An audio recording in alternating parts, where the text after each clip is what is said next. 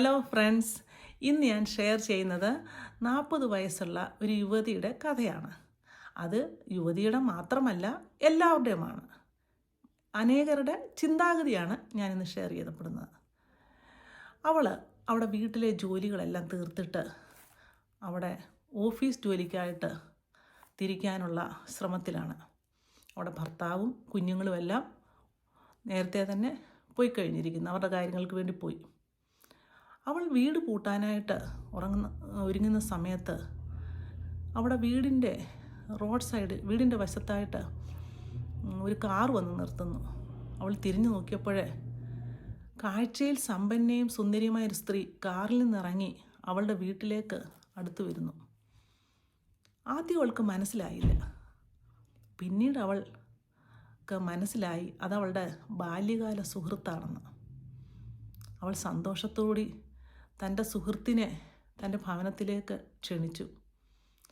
അവൾ പറഞ്ഞു, എൻ്റെ വീടൊക്കെ ചെറുതാ, എങ്കിലും ഉള്ള സ്ഥലത്തൊക്കെ ഇരിക്കാമെന്ന്. കൂട്ടുകാരി പറഞ്ഞു, ചെറുതാണെങ്കിലും എത്ര ഭംഗിയായിട്ടാണ് നീ ഇത് ക്രമീകരിച്ചിരിക്കുന്നത്. നിൻ്റെ മുഖത്ത് നല്ല സന്തോഷമാണല്ലോ, നിനക്കിതൊക്കെ എങ്ങനെ സാധിക്കുന്നു? യുവതി പറഞ്ഞു, സന്തോഷം എന്ന് പറയുന്നത് നമ്മുടെ മനോഭാവമാണ്. എല്ലാ പ്രശ്നവും തീർന്നിട്ട് സന്തോഷിക്കാമെന്ന് വിചാരിച്ചാൽ ഒരിക്കലും നടക്കുകയില്ല. നമ്മൾ തന്നെ അത് കണ്ടെത്തണം. കൂട്ടുകാരി പറഞ്ഞു, എനിക്ക് എല്ലാ സൗകര്യങ്ങളും ഉണ്ട്, പക്ഷേ എൻ്റെ ഉള്ളിൽ എന്തോ ഒരു സങ്കടം. എനിക്കിങ്ങനെ ആത്മാർത്ഥമായിട്ട് സന്തോഷിക്കാനായിട്ട് സാധിക്കുന്നില്ല. യുവതി പറഞ്ഞു, പണ്ട് ഞാനും ഇങ്ങനെ ആയിരുന്നു. ഞാനിങ്ങനെ മറ്റുള്ളവരെ നോക്കുമ്പോൾ എനിക്ക് മാത്രം എന്തേ ഇങ്ങനെയെന്നൊക്കെ ഞാൻ പലപ്പോഴും ചിന്തിച്ചിട്ടുണ്ട്. എന്നാൽ പല അനുഭവങ്ങളിലൂടെയും പല പ്രസംഗങ്ങളിലൂടെയും മറ്റുള്ളവരുടെ സംഭാഷണങ്ങളിലൂടെയും ഒക്കെ ഞാൻ ഒത്തിരി കാര്യങ്ങൾ മനസ്സിലാക്കി. അതെൻ്റെ ജീവിതത്തെ മാറ്റിമറിച്ചു. അടുത്തിടെ ഞാനൊരു കഥ കേട്ടു. ആ കഥ എനിക്ക് വളരെയധികം പാഠങ്ങൾ തന്നു. കൂട്ടുകാരി പറഞ്ഞു, ആ കഥ നീ എന്നോട് കൂടി പറയുക, എനിക്കും മാറണം, എനിക്കും സന്തോഷിക്കണം. യുവതി പറഞ്ഞു, ചിലപ്പോൾ നീ കേട്ടിട്ടുള്ള കഥയായിരിക്കും, എങ്കിലും ആ കഥ എത്ര പ്രാവശ്യം പറയാനും ഞാൻ തയ്യാറാണ്. കാരണം എന്നെ അത്രമാത്രം ചിന്തിപ്പിച്ച കഥയാണത്. യുവതി കഥ തുടർന്നു.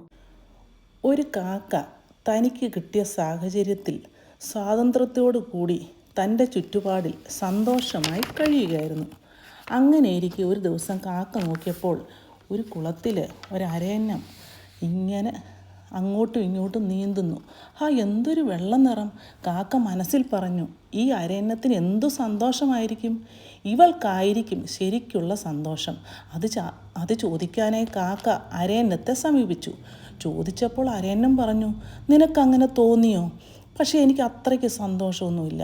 നീ ആ മരത്തിലിരിക്കുന്ന തത്തയൊന്ന് നോക്കിക്കേ, എന്തൊരു ചുവന്ന ചുണ്ട, ചിറകളൊക്കെ ഒന്ന് നോക്കിക്കേ, എന്തൊരു പച്ച നിറം, എന്താ കളറ്! എന്തോ ഒരു കളറാണ്. എനിക്കാണെങ്കിൽ ആകെ ഒരു വെള്ള നിറം. നീ ആ തത്തയൊന്ന് സമീപിക്കൂ, തത്തയ്ക്കായിരിക്കും യഥാർത്ഥ സന്തോഷം. കാക്ക തത്തയുടെ അടുക്കലേക്ക് പോയി തൻ്റെ ചോദ്യം ആവർത്തിച്ചു. തത്ത പറഞ്ഞു, എനിക്ക് കളറൊക്കെ ഉണ്ടോ? ഭയങ്കര സന്തോഷമുണ്ടെന്നോ? കളർ കാണണമെങ്കിൽ നീ ആ കൂട്ടിലോട്ട് നോക്കിക്കേ, പലവിധ വർണ്ണങ്ങളാൽ ആ മയിൽ നിൽക്കുന്നത് കണ്ടില്ലേ?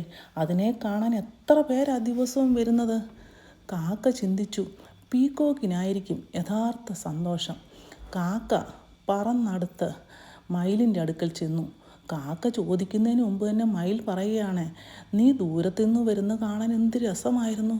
എത്ര സ്വാതന്ത്ര്യത്തോടെ പറന്ന് പൊങ്ങിത്താണ് ആ കാക്ക ശബ്ദത്തോടുകൂടി, നിനക്ക് എന്ത് സന്തോഷമാണ് അല്ലേ?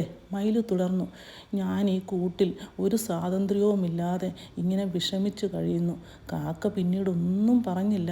കാക്ക അവിടെ നിന്നും വീണ്ടും സന്തോഷത്തോടെ പറന്നുപോയി. കഥ കേട്ട് കഴിഞ്ഞപ്പോൾ കൂട്ടുകാരിയുടെ കണ്ണ് നിറഞ്ഞു. യുവതി പറഞ്ഞു, നമ്മളായിരിക്കുന്ന സ്ഥിതിയിൽ കഠിനാധ്വാനം ചെയ്ത് ലക്ഷ്യം മുൻനിർത്തി ചിട്ടയോടുകൂടി ജീവിക്കാനായിട്ട് പഠിക്കുക. മറ്റുള്ളവരുടെ സന്തോഷത്തെ നോക്കി നമ്മുടെ സന്തോഷത്തെ നിർവീര്യമാക്കി കളയുന്ന മാനസിക അവസ്ഥയിൽ നമ്മൾ പുറത്തു വരണം. നമുക്ക് കിട്ടിയ അനുഗ്രഹങ്ങൾ എണ്ണണം. Count your blessings. നന്ദി കൊണ്ട് നമ്മുടെ ഹൃദയം നിറയുമ്പോൾ നമ്മളിലുണ്ടാകുന്ന ഒരു വികാരമാണ് സന്തോഷം. തീർച്ചയായിട്ടും ഈ പുതിയ വർഷത്തിൽ നമുക്ക് നമ്മുടെ നന്മകൾ കണ്ടെത്തുകയും നമ്മുടെ നല്ലൊരു മനോഭാവം നമ്മുടെ ഉള്ളിലുണ്ടാകുകയും പോസിറ്റീവായിട്ട് ചിന്തിച്ച് ഈ പുതിയ വർഷം നമുക്ക് അനുഗ്രഹത്തിൻ്റെ വർഷമായി തീരട്ടെ എന്ന് ആശംസിക്കുകയും ചെയ്യുന്നു. എല്ലാവർക്കും നല്ലൊരു പുതുവർഷം ആശംസിക്കുന്നു. ഈ വീഡിയോ ഇഷ്ടമായെങ്കിൽ ലൈക്ക് ചെയ്യുക, ഷെയർ ചെയ്യുക. അടുത്ത വീഡിയോയുമായി കാണുന്നതുവരെ ഹാവ് എ നൈസ് ടൈം.